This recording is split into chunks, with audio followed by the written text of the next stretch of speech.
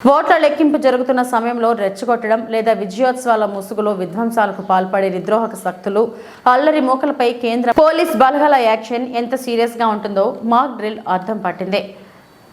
కోనసీమ జిల్లా ఎస్పీ శ్రీధర్ ఆధ్వర్యంలో అమలాపురం పట్టణంలో పోలీసులు మాక్ డ్రిల్ నిర్వహించారు.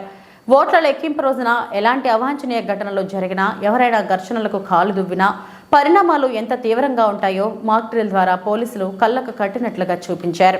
అల్లరి ముక్కులు రాళ్లు ఇరిగితే పోలీసులు బాధ్యులను ఎలా శిక్షిస్తారో ప్రదర్శించి చూపించారు.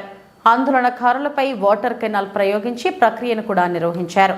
అల్లర్లు, ఘర్షణలు ఎవరైనా గాయపడితే తక్షణమే అంబులెన్స్లో ఆసుపత్రికి పంపించే సన్నివేశాన్ని కూడా చూపించారు. ఎలాంటి క్లిష్ట పరిస్థితుల్లోనైనా శాంతి భద్రతలను కాపాడేందుకు పోలీసులు ఎంత ధీటుగా స్పందిస్తారో తెలియచెప్పారు.